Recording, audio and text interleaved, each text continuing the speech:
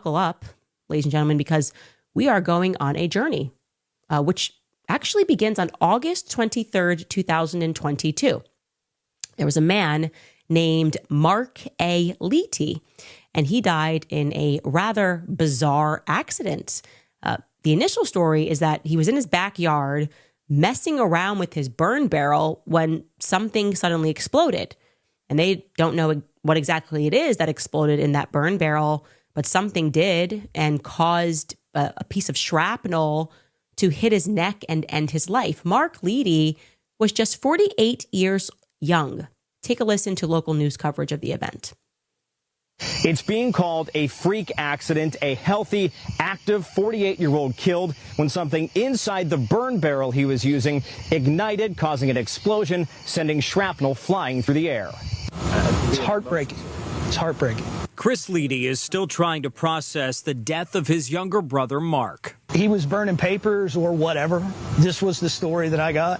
And something exploded. Something was in there. Something exploded and a piece had come up and, that was it. I'm still in shock. At some point, I will try to put my arms around it, but at this point now, I can't. The 𝗙ecie family still doesn't know what ignited inside the barrel that caused that explosion. How curious. Okay. His neck hit with a piece of shrapnel from an explosive. You can obviously tell that his brother has questions about that narrative. And he wasn't the only one, by the way. Mark 𝗙cie's best friends had questions as well. One of his friends in particular, who he had known since high school, did not fully accept the burn barrel narrative. The first reason was due to what Mark 𝗙cie did for a living. Mark 𝗙cie, not mentioned here in that news clip, was a supervisor for a company called Surefire Wireline LLC. That is in Kittanning, Pennsylvania, okay? Surefire Wireline works with oil and gas companies, and they specialize in what's known as pump down perforating for oil and gas wells. Don't worry, I'll explain it to you. You don't need to know much. Essentially, what it means is that they punch holes so that oil and gas can flow through horizontally. Okay, now why am I... Dude, she's like linking this guy to Thomas Crooks and Butler. Why do we need to know about that? Because that technique requires the use of a very specific explosive known as PETN. Think back to when you used to watch like Bugs Bunny, the Road Runner, and they always had the TNT explosive. Well, things have been updated since, and now the favorite explosive that is used is PETN, okay? So Mark 𝗙cie's high school friend, one of his best friends, did not believe that he had died because he just burned some random stuff in a barrel, because he knew that Mark had access to very dangerous explosives, and also that Mark knew how to deal with them, right? He was particularly careful with those explosives. He knew how to handle them, rather. And then there's this. Allegedly, Mark A. 𝗙cie had confessed to his longtime high school friend just a week before he died that he had illegally taken some explosives from his job. The ATF was apparently investigating him for this. At least that's what was told to what Courtney Fife, who was a former ATF agent, confided to somebody that he had this confession a week before he died. By the way, just as a general question, why would any person want to steal explosives from work, right? To be clear, just a tiny bit, a couple of grams of PETN causes a massive explosion. I'm going to demonstrate for you guys in a little bit. So it begs the question, what could a person do with larger amounts of it? Is there like a black market for those types of explosive? Otherwise, why risk blowing yourself up, taking it from work, getting into trouble, being investigated by the feds? Was there somebody on the outside that was seeking to buy it in larger quantities on the side? The answer is, I don't know. What I do know is what happened on July 13th, 2024, just 30 minutes away from Kittanning, Pennsylvania. And this happened in Butler, Pennsylvania. Trump survived an assassination attempt while on stage at his rally. The sad part is that Mark 𝗙cie's longtime high school friend, who didn't exactly buy the narrative of the barrel, he did not survive. Mark Leedy's friend's name was 𝗙𝗃𝗪𝗏𝗧. Dude. Yes, it was 𝗙𝗃𝗪𝗏𝗧 who Mark Leedy had confided his secret to, that he had done something that he wasn't supposed to. But again, I'll ask the question, to what end? Did he tell Corey more about what he was doing with those explosives? Sadly, neither man is alive today. See, isn't that weird? It's weird, guys. You know, Corey and his family had quite an odd evening the night of the Butler rally in Pennsylvania, because they weren't supposed to be in the front of the audience to see President Trump speak. In fact, Corey had grabbed regular tickets for he and his family. They were amongst the crowd. So they were quite surprised when, while waiting in a large crowd, an unknown woman asked them if they'd like to be escorted to the very front. Who was this woman? Surely, with so many cameras reporting live from the rally, someone must have captured this moment. Who was it that had the authority to make such a move happen? That's a big authority, right? 𝗙𝗃𝗪𝗏𝗧 then is shot in the head.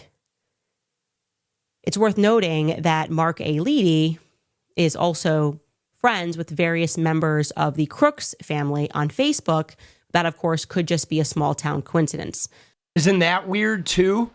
So the guy who worked in the oil and gas world using the PETN explosives takes some explosives, confides in his friend 𝗙𝗃𝗪𝗏𝗧, then that guy dies in a freak accident while he's using a burn barrel.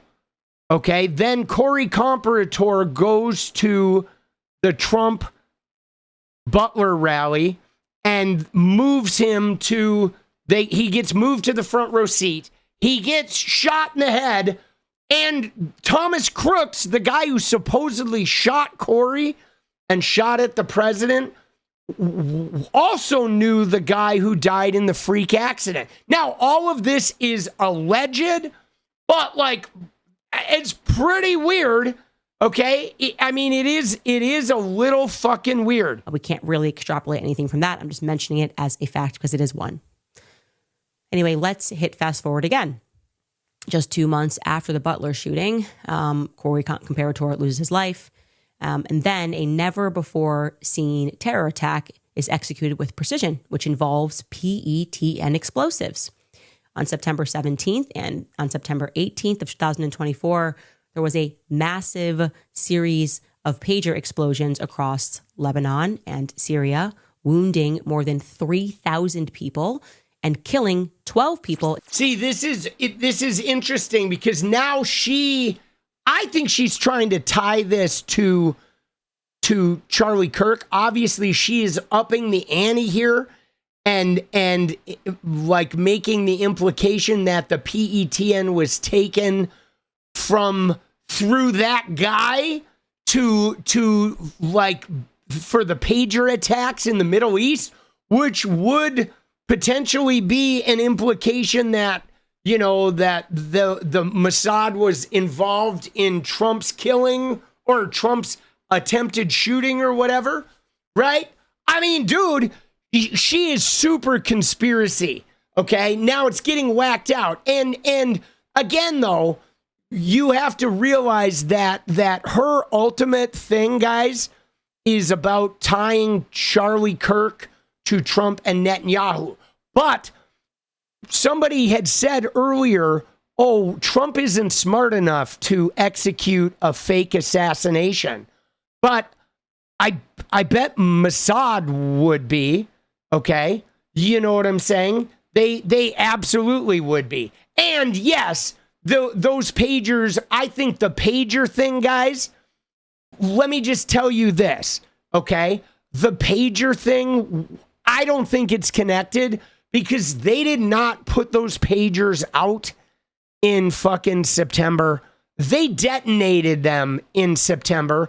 I'm sure those pagers were disseminated to those people like months before. Or, you know what I'm saying? Maybe even a year before. Okay? So she is trying to like tie these things together because she is still working on the Charlie Kirk Israel thing. But I will say, though, that Mossad or the CIA or SEAL Team 6 or whatever. There are certainly people who could execute a faked assassination, because the only fake part would be the, Trump getting wounded. Everything else is real. The guy in the audience getting shot is real.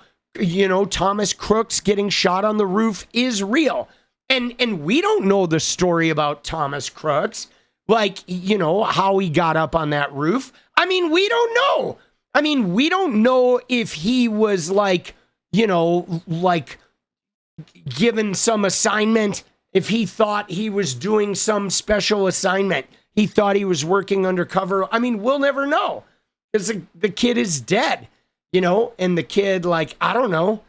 I just know that when you look at those high level sort of sniper teams and high level military strike teams, they can do shit, guys. Okay, cops have been fucking, planting evidence for ages. You know what I mean? And yes, I certainly PETN is I mean, give me a break. You ready for this, guys? Let me just tell you this. The people that did the pagers in the Middle East were not getting their PETN from some guy stealing it from work. Okay? They literally, those are the same people that are hiding the Epstein files, guys. They have no problem getting PETN. Fucking, I mean, she's going off the hook there, bro. She's getting a little seriously. I think Mossad's got a better PTN dealer than some guy who works at an oil and gas company in fucking Keating, Pennsylvania. Right? Come on, bro. You think Mossad is out there, buying PETN from some dude in the parking lot of a Denny's? Come on. Give me a fucking break. In America, no less. They came all the way to America to meet a guy at Denny's in Pennsylvania. Bro, dude, she is fucking spinning a yarn, dude. But whatever she's doing, I will say this, though. Butler doesn't add up. I myself, I don't know how to explain it. Okay, I don't know how to explain it, but the Butler thing never sat well with me. Okay, and let me just tell you why. Because I actually witnessed a presidential assassination attempt on Ronald Reagan. Okay, one that severely injured James Brady, and that footage of that shooting and those Secret Service guys and them fucking hustling Reagan away, that was a huge thing, okay? And man, I've seen the Secret Service. You see these guys, you see the videos, you see what they did with Kennedy, jumping over him after he got shot. These guys have a protocol, okay? And the thing that bothered me about Butler was the photo op and how that photo op became central to Donald Trump's renewal. Because after a president gets shot at no time does the Secret Service stand him up in the location of the shooting and open up so his head is fucking visible for a 10-second photo op. You would never, ever, ever in a million years do that. They would dogpile his ass and put him face down on the ground all the way out of there. Okay? You would not see 1 ounce of that motherfucker's body from the time he was dropped until he was safely. They would bring an SUV up right to the fucking stage. And that shit would be so under guard. Never would they expose him. Never in a million fucking years would they do that. Okay? And that was insane. Okay? It was wrong. It was off. It was unusual behavior. Now, on top of that, guys, was the ear. We never saw photographs of the injury, ever. There was no injury photograph. There was an ear cotex. There was no official medical report. The doctors who worked on Trump did not do a press conference. There's always a press conference with the medical director, the doctor in charge of the hospital comes out and says, here's the treatment, here's what we got. And they use all their medical terminology to describe the laceration or the injury. They take questions from the press. The whole thing is normally professionally held. Okay, Trump went to some hospital. He showed up with an ear cotex. And then it was like the magical ear, the mythical ear. The thing disappeared. The cartilage grew back. There was no wound, no official note. There was simply his guy writing a letter saying, oh, gunshot wound to the ear. Dude, there's no way. That was bullshit. Look at his hand, guys. Look at Trump's hand. Okay? This guy's hand has been swollen and gotten progressively worse for IVs. You think that guy's ear being blown away by a fucking bullet would heal in 7 days with no mark? His hand is not healed for like a year, bro, with an IV prick in his hand, and his hand looks like fucking leprosy. So you're telling me that his ear just fucking healed? No fucking way, bro. His hand shows us what his ear would be like. Okay? Give me a break. Okay? And if you've seen boxers with cauliflower ears, or somebody, you pull a fucking earring out of your ear, you know how that shit doesn't heal, right? If you pull an earring out of your ear, your shit is fucked up. Look at people who get fucking plugs when they take those plugs out, guys. That ear cartilage, no. Just no, guys. All right? He had some magical fucking ear, all of it shrouded in secrecy. Now, on top of all that, you ready for this? Look at this, guys. Okay? Donald Trump will investigate, browbeat, talk about, attack, revisit every person who wrongs him. If you said something wrong to him, if you did something wrong to him, he will investigate you and never stop investigating you. Investigate you 5 times, 10 times with every agency. He will never shut up about it. He will remind you about the wrong at every single point. Now, this same guy who does that behavior, yes, with Rosie O'Donnell, James Comey, look at him. He walked out of an interview over James Comey, the dirty cop. He will never let it go. He browbeated Nancy Mace and ran her out of her primary. He will never let this shit go. Yes, now he's going after Gavin Newsom and Jen Seabell Newsom. I mean, he is relentless. He doesn't do that with the guys who shoot at him. He never even mentioned Thomas Crooks, right? In fact, according to Tucker Carlson, he closed the investigation. But dude, he never mentions it. He never mentions the guy at the White House Correspondent Dinner. He doesn't have the same vengeful retribution for these guys. Like, right? You know what I mean? But like, goddamn, bro, he still talks shit about, Obama and Biden and the auto pen, and he will never let it go. But goddamn, if you shoot at him, he doesn't even talk about it. It's like it never happened. It's like he doesn't hold a grudge for people who shot at him or people who may have financed the shooting. Was it Iran? Was it the Democrats? Who engaged in this? Who got Thomas Crooks to try to shoot you, boss? Why was this guy trying to shoot you? Why aren't you vengeful for them? Dude, that's weird, okay? That is weird. That is not very Trump, guys. Trump never behaves like that. Okay? If you say the wrong thing to him, he will never forget it. But you're telling me you're going to shoot at him and he's going to just pretend like it never happened? Only if it never happened, guys. Only if it never happened.